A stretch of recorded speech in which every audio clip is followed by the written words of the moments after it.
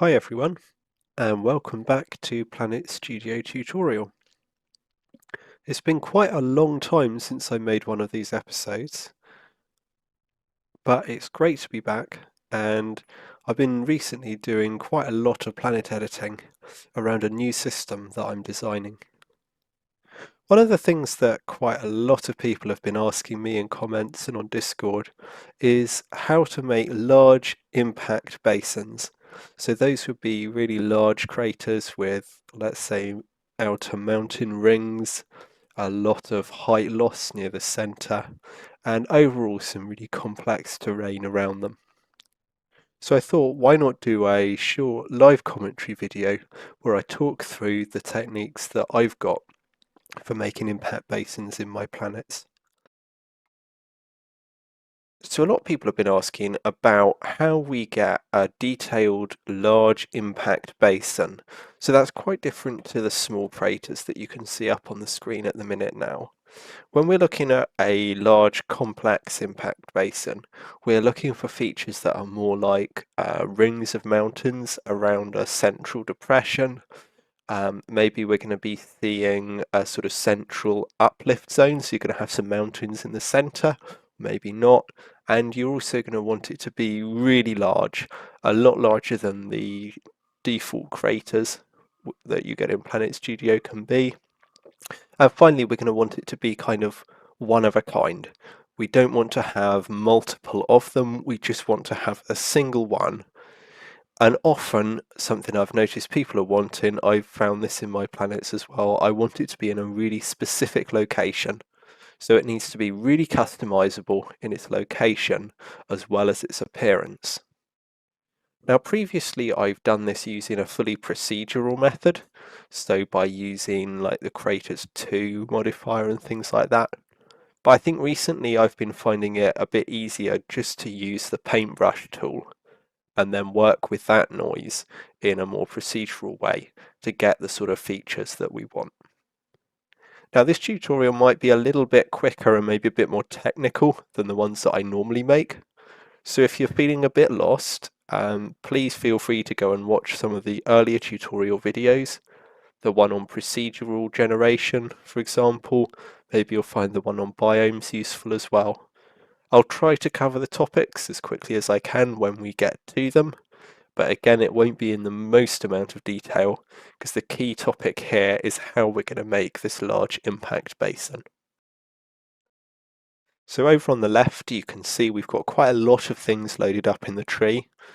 I've disabled most of the modifiers, and as we go through step by step I'll enable them and talk you through what they are, what they're doing, and how they fit into the bigger picture of generating this large crater. Just to make sure you're happy with what I've got currently loaded up, essentially we have a get constant with a value of 1. That's feeding into an add biome, which is just our default biome 1 that I've put in here. We've then got a craters modifier with a lot of crater passes, of course. And I've added this in just to demonstrate that what we're doing is very different to something that the normal craters modifier would be able to produce. And also a bit later on, we can use this as an example of how we can use masking, but a bit more on that later. All of these modifiers here aren't yet activated. And then finally we have a get constant of 0 that's just plugging into value-based subbiomes. So that is really just a placeholder. It's just so that we see the planet in a nice grey colour instead of the planet being a sort of black colour all over.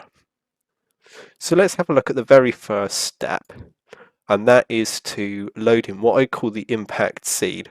So that's a paintbrush map. To get that, we need to add a noise modifier.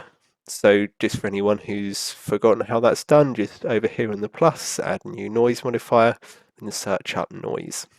So if we enable that, we can see we're not using any mask. We've got our output in channel 0, so we've just got that going all the way down in the data flow display. And you can see here I've specified the map name of large impact. So the way that we would go about setting this up is we'll type in the map name, and then we'll go over to the brush. And you can see there that map is loaded up, so we could then edit that map. You can see paint down whatever we need to. I'll just move the camera up to here. You can see what we've done is we've just used probably about 50% hardness value. We've used a large radius, and I've set the value to be 0. So what we're adding on here are 0 values, if you like. So we can discard the changes on that because it's already all set up. Just a useful tip that you may find helpful: if you want to position the crater perfectly, you can toggle showing the map on and off. You can easily line it up with terrain features. So let's go back to our terrain generation tab. We've got that all showing. We can see that the planet map is set up so that the minimum value allowed on the map is -1. The maximum value is 1. So our values that we could see where we had our impact crater created will be corresponding to -1. What I'll do before we move on then is I'm going to enable this debug visualize data modifier, and I'm going to set that up to look at channel 0, and we'll pull that up next to the impact seed just so it's easier to see what's going on here. Then I'm going to rebuild the planet. We can see that most of the planet is covered in this sort of black colour. That's indicating that it is a strength of 0 everywhere. And then in the centre of our crater, you can see we're getting a nice value of -1. That's the left-hand side here of this rainbow pattern. You can actually change this if you want.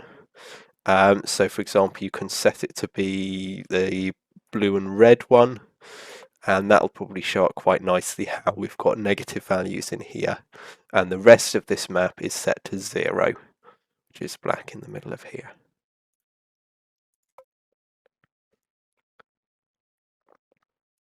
So as it is by itself, this brush map isn't really very suitable for use as an impact site. It would be a bit like an inverted cone shape. There'll be no surrounding mountain ridges, and it would all round be quite low detail and boring. Let's have a look at how we can improve that then. So the first thing that I'm going to bring in here is this remap impact seed. So if we have a look at the curve that this is using, remembering that the x-axis is the input, so the original values, and the y-axis is the output, or the new values that we're looking for. Our brush map ranges from 0 outside of the crater to -1 at the centre of the crater. And what I've done is between that 0, which you could think of as the edge of the crater, the -1, the centre of the crater, we're going to have a series of valleys and peaks, just any sort of random shape. You can put whatever you want into this, and we're going almost up to a value of 1. You can see that we've not got anything in the negative area. So if we go and have a look at what that looks like, we'll enable that, and we'll move our debug visualizer down and pick up that output. Remembering the green bucket is an input, the blue box is an output. So we're getting the impact seed, we're remapping that in channel 0, and we're outputting that in channel number 1. And we're going to have a look at that now in the debug visualizer. So if I rebuild and then open up that remap sort of next to that, we can see that it's roughly following this curve shape. So you get an initial quite large peak here. Then we can see another slightly smaller peak. Then we see a trough pretty much all the way down to 0. And then we see some more small peaks, followed by eventually at the centre, it's also 0. Now you might be thinking, well, that's not really looking like a very nice impact basin. But what we're doing here is we aren't actually generating the data that will be used for the height. We're generating what we call a mask. And this is perfectly set up to be a mask. We can see we have values outside of the crater, a 0 all over the planet.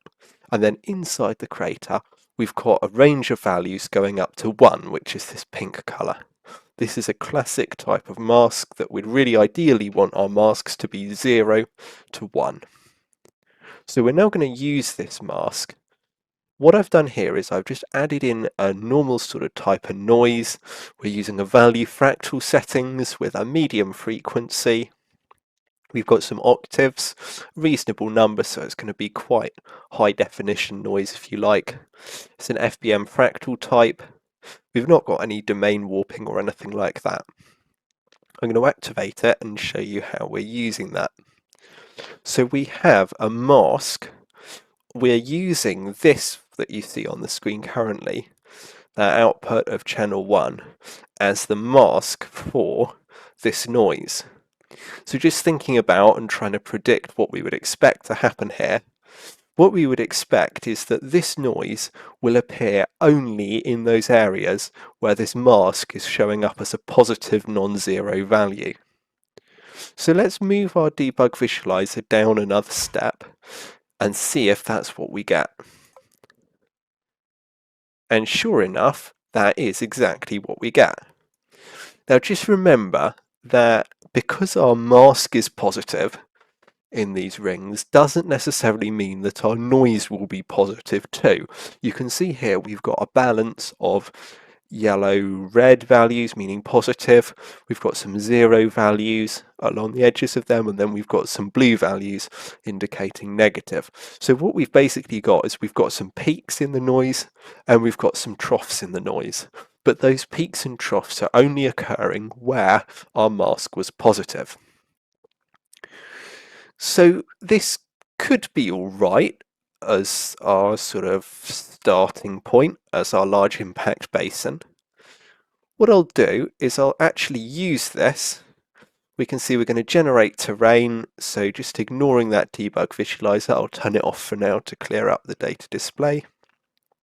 The output from the impact rim hills, which was our noise, is going into generate terrain with a height of -5 + 5 kilometers, and then we're just going to enable the update height. Now let's rebuild the planet and see what that looks like. So this is already looking quite exciting. You can see that we've got some sort of ridges going on surrounding a central point. I think that's already looking quite nice, but some things really aren't quite right here. If we zoom in a bit closer, you can see, actually as we expected, that we've got some values are peaks, some areas are troughs, and that's not really quite the look that we're going for. See, an impact basin will, yes, be lower at the centre, ours actually isn't. You can see it's exactly the same height at the centre as it is around the edges. We look at it from a side view. But the ridges around the impact site should be ridges, not ridges and valleys. So we need to think about what we would do to resolve this issue. Clearly we need to do something about the areas of the noise. If I go and load this one up again, just enabling the debug visualizer, we can see these areas of noise that are blue or negative are showing up as the valleys. The areas of noise that are red or positive are showing up as the peaks. So how about we take the absolute value or the magnitude of this noise? So what that would do, if we bring our debug visualizer down, this is an expression modifier, and I've just typed in here ABS, then brackets, and you need to remember the square brackets within that for data channel number 1. I then put the debug visualizer. This is outputting in channel number 1, and I put the debug visualizer inputting in channel number 1. So we're going to see what the result of that is. Now that's good. We can see that we no longer have any negative noise. It's all positive. As you know, the absolute value will just take whatever the magnitude of the noise at that position is. But some things about this just really aren't ideal. You've probably already noticed we've got these quite sharp black lines, almost looking like spaghetti or noodles draped over the planet, and if we zoom in on them, we can see that they're quite ugly. I'll turn off the colour gradient and we'll see just in the height there how nasty they look. They're very unrealistic, sort of smooth lines, but also very sharp transitions at them. Now, I'm pretty sure no real planet would look like that, so we're going to have to try and resolve this issue. Otherwise, though, things are looking quite good. We've no longer got any valleys. All of the noise is showing up as mountain peaks. So this is where a curve remap comes in, very useful. I'm going to turn off the absolute value, and I'm going to enable this curve remap. So having a look at this curve remap, this is actually very similar to an absolute value. Remembering again, x coordinate is original input, y coordinate is new output. So what range are we looking at? Well, we're looking at from on the left, on the x-axis, we're looking at -1, so our minimum input. On the right, we're looking at +1, so our maximum input.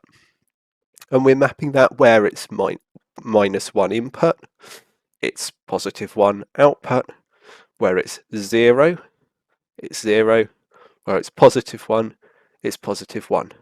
So this is literally just an absolute value, except that instead of it being linear, so a nice straight line, something like that on each side, we've got it now in this nice smooth stepped function, which I think looks a lot better. So what we're going to expect is where those values are 0, which is where we see those nasty spaghetti noodle-like shapes, that transition is going to be a lot smoother. It's going to be a gradual change from the two peaks on the negative and the positive side of the noise that have now both become peaks. So how about we enable the debug visualizer and we pull that down after our curve remap and see if what we expect to happen will happen. And sure enough, we can see that those noodle-like shapes have gone. You can sort of see where they were once, but see how much of a smoother transition there is all around them. Let's zoom in on a specific area of it, get the camera up right, and then switch between the two. So this is curve remap. Now I'm going to disable that and just turn on the absolute value and see how harsh that edge has become and how unrealistic that looks.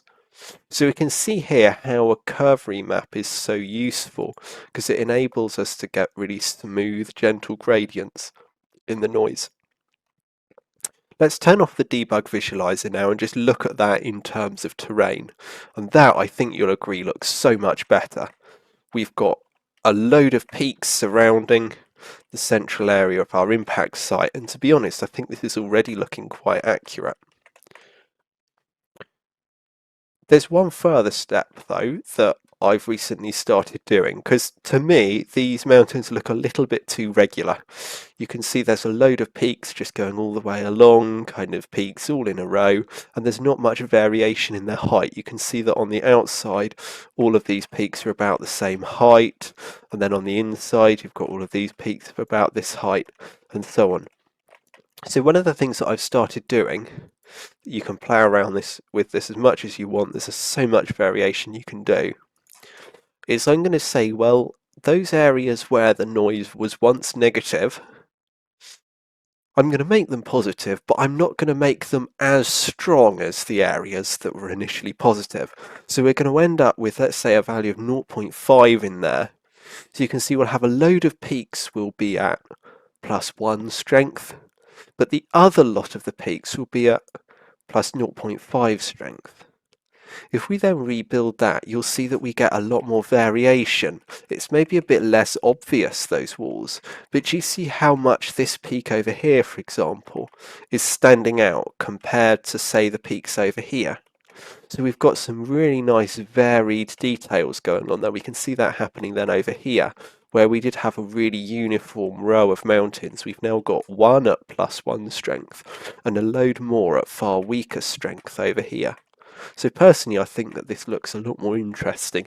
It's a really good way to get strong mountain peaks standing out from the terrain around.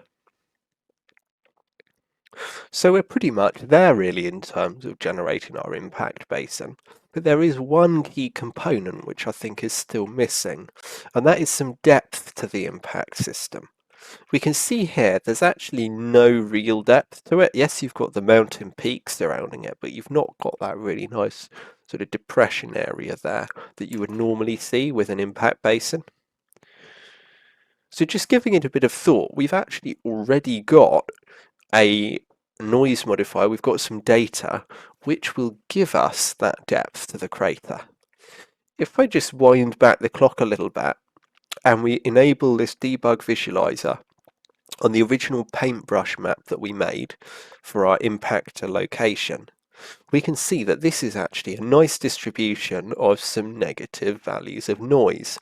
And we know that negative values of noise can be input to make negative height. And we can see that in our data flow display, we've carried on letting this data from the impact seed flow unobstructed through channel 0. This is why when we remapped this data that you see on the screen to be various peaks to produce our mountains, we outputted it in channel 1 so that we weren't overwriting that original data, just creating new data. So what we can do is we can enable this expression that I've created here.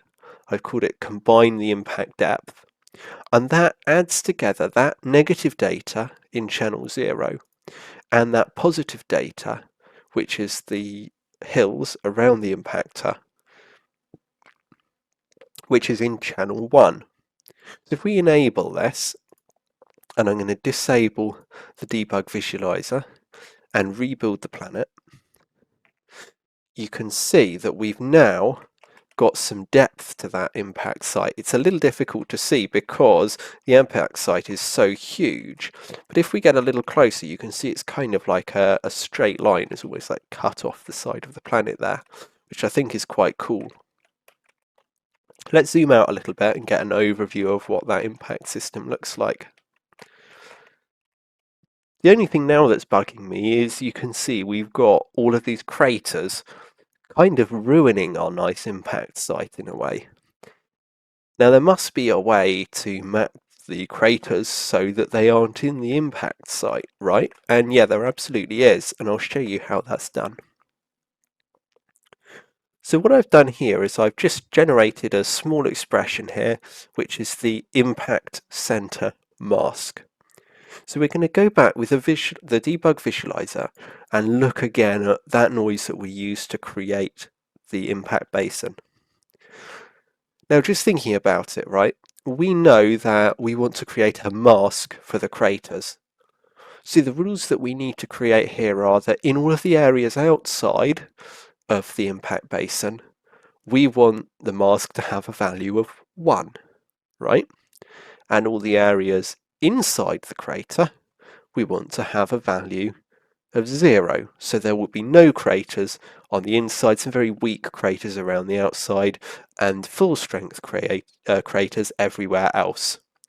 So just thinking about those conditions that we need, it literally is as simple as taking this data that we see on the screen plus 1, which is something that you can do. So note that's not plus data channel 1, that is just plus the constant of 1.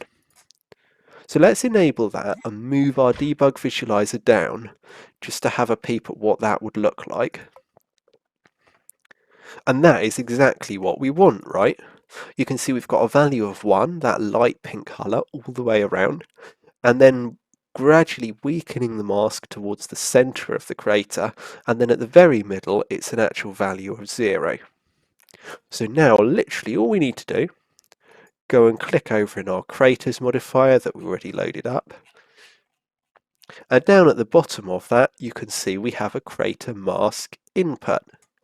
Now we can see that data that we want there. The mask I've set up to be in channel number 1. So we're just going to drag that over until you can see there our bucket input is in number 1. Then I'm going to turn off our debug visualizer and rebuild the planet. And suddenly you can see those craters that were in the center of our impact site have gone. we've got a really nice smooth centre to it, showing off those mountains that we've made and that large area of reduced height from the impact basin itself. And yeah, I think that looks really good, to be honest. So I hope this tutorial was useful and maybe will give you some ideas and techniques for using an impact basins on your own planets. If you've got any questions, feel free to drop a comment down below, or if you need to, you can message me on Discord and I'll try to respond to your questions. That's all for this episode of Planet Studio tutorial. I'll catch you next time.